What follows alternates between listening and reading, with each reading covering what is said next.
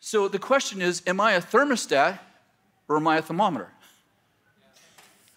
You know when Jesus said, if you're lukewarm, I'll spit you out of my mouth? What's lukewarm? It's the temperature of the room. It means whatever the room is, that's what I am. I don't have an ecosystem. I just suck off of everyone else's. I'm a chameleon Christian.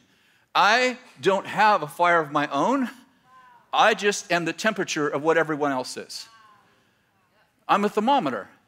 But how many know if I'm a thermostat, I come in the room and people are like, oh, this room, Bill talks about a lot. This place, this city's so dark. We have bigger demons than in most cities. It's like, no, I'm sorry, I'm an open heaven. And what did I do? I just said, no, I determine the temperature in the room. I have an ecosystem. I'm not just a hot boiling pot put into a refrigerator. I'm actually got an ecosystem with it. You know what I'm saying?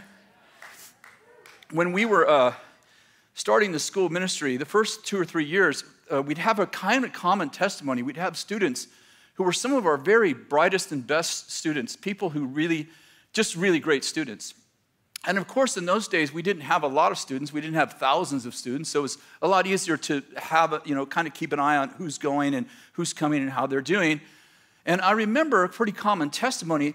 Sometimes our students would leave just on fire for God, and I'd meet them 2 years later, a year later, in some place we were ministering, and they'd be like, oh, disappointed, discouraged, And I'm like, and I'm not talking about our students who didn't do well. I'm talking about our students who were doing well in school. And I began to think about that, and I began to think about it like this.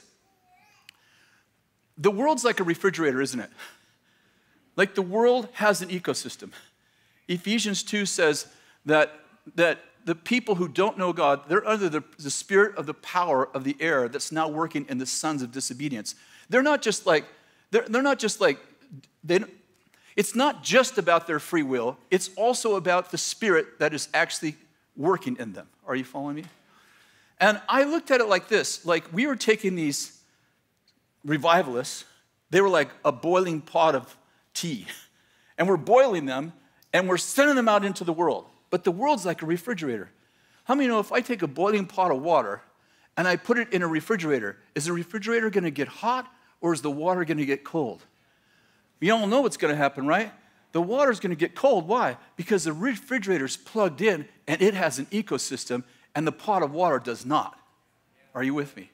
But if I take the boiling pot of water and I put a burner under it, like let's say electric burner, and I plug it in and I put it in the refrigerator plugged in, how many know now I have two ecosystems in conflict?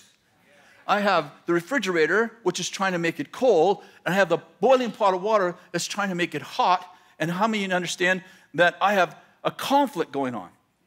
Now, if I reach over and unplug the refrigerator, how many know that pretty soon the refrigerator is no longer going to be cold? It's going to be, if I leave it in there long enough, it's going to be the temperature of the pot, right? What I'm getting at is this. When we sent our students out, they didn't stay connected. They lived in our fire, but they didn't know how to make a fire. And they're excited, they have good attitudes, they're ready to go, they have faith, but they get out there and they're in an ecosystem, but they don't have an ecosystem. And we begin to realize there are things they need. Some of them are like, okay, learn how to build your own fire. And I remember Danny sharing in a leader's advance about learning how to build your own fire. But other things were like, they actually need to stay plugged in. Like we need to create some kind of place where they can stay plugged in with each other and with us so that the refrigerator has an ecosystem, but they have an ecosystem too.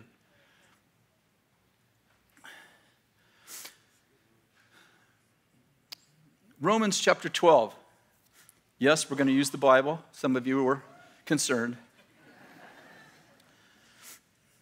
You'll know these verses well. Don't be conformed to this world, but be transformed by the renewing of your mind, so that you may prove what the will of God is, that which is good, acceptable, and perfect. Don't be conformed,